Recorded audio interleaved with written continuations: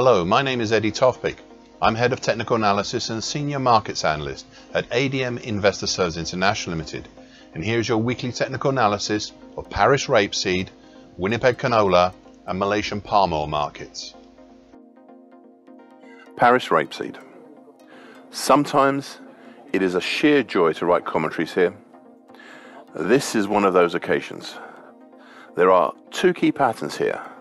The first and the larger one is the February 2021 to July 22 ascending broadening wedge pattern, currently 797 up to well off the top of my daily chart, far enough that it becomes immaterial.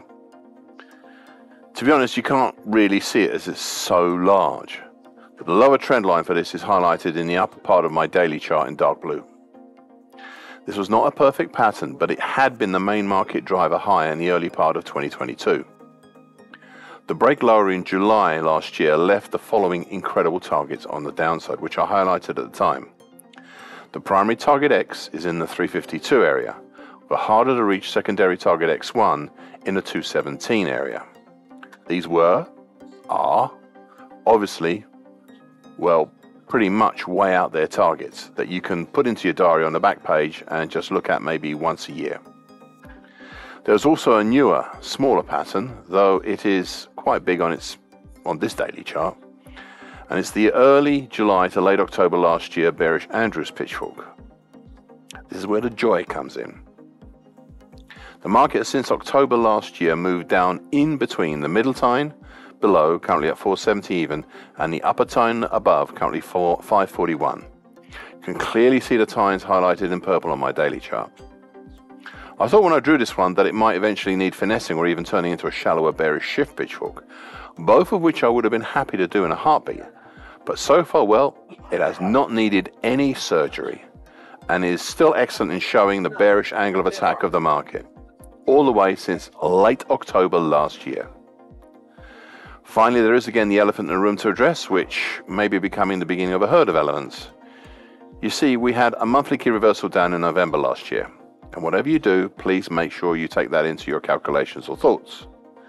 Now, there had been a weekly key reversal up in mid-December, and we have seen a follow-through higher to that for the following 2 weeks thereafter, but prices ran out of steam on their approach to the upper tine back in early January, and the market turned lower such that this past January made yet another monthly key reversal down.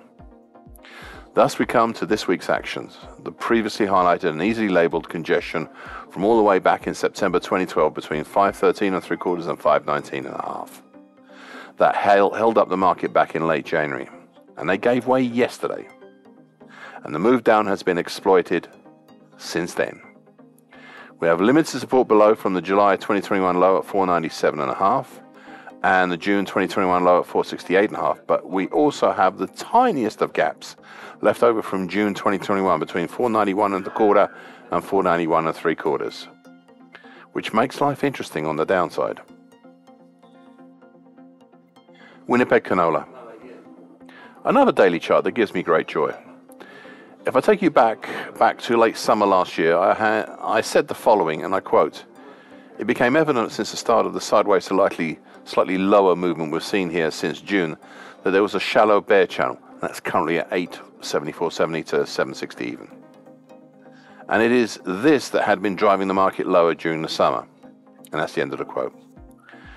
To emphasize this point, I further added, and I quote, "So it seems that until that slightly bearish channel breaks or morphs into another pattern, it will continue to show the slightly bearish angle of attack of this market."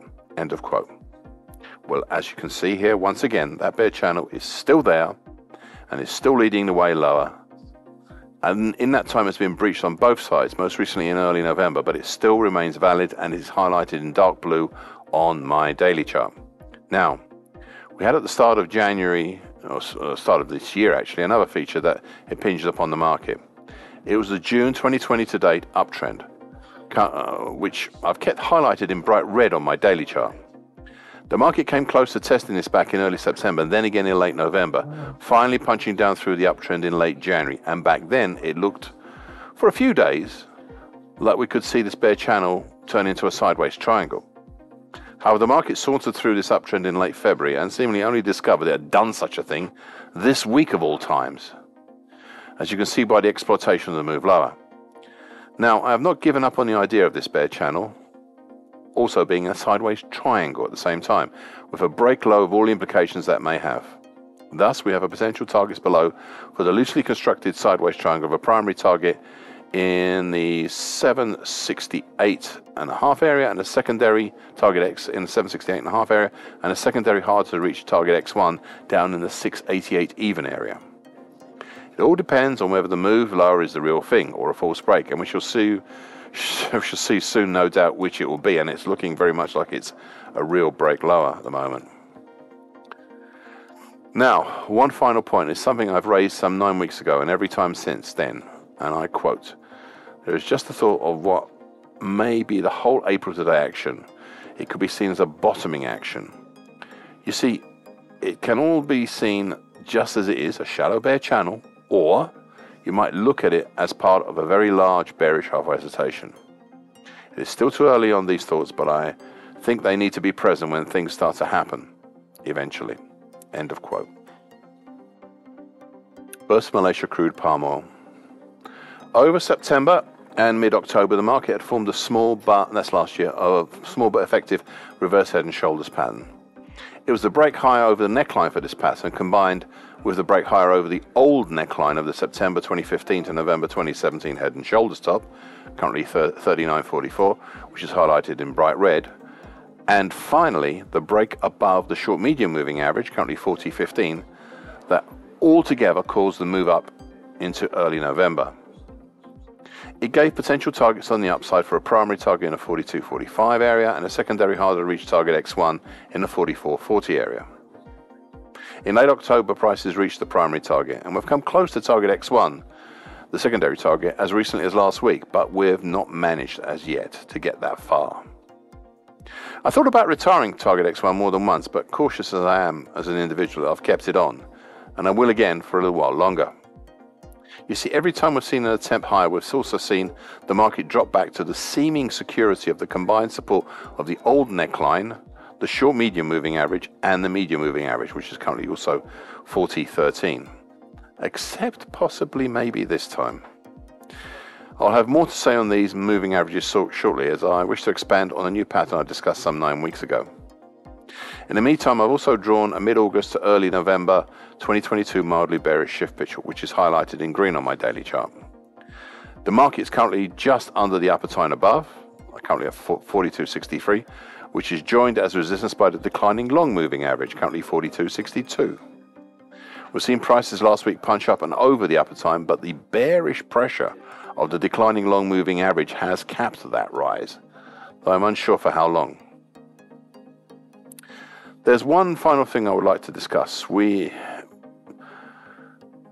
have the medium moving average currently 40.13 and the short medium moving average currently 40.15, and they're currently entwined, and they have been since last week.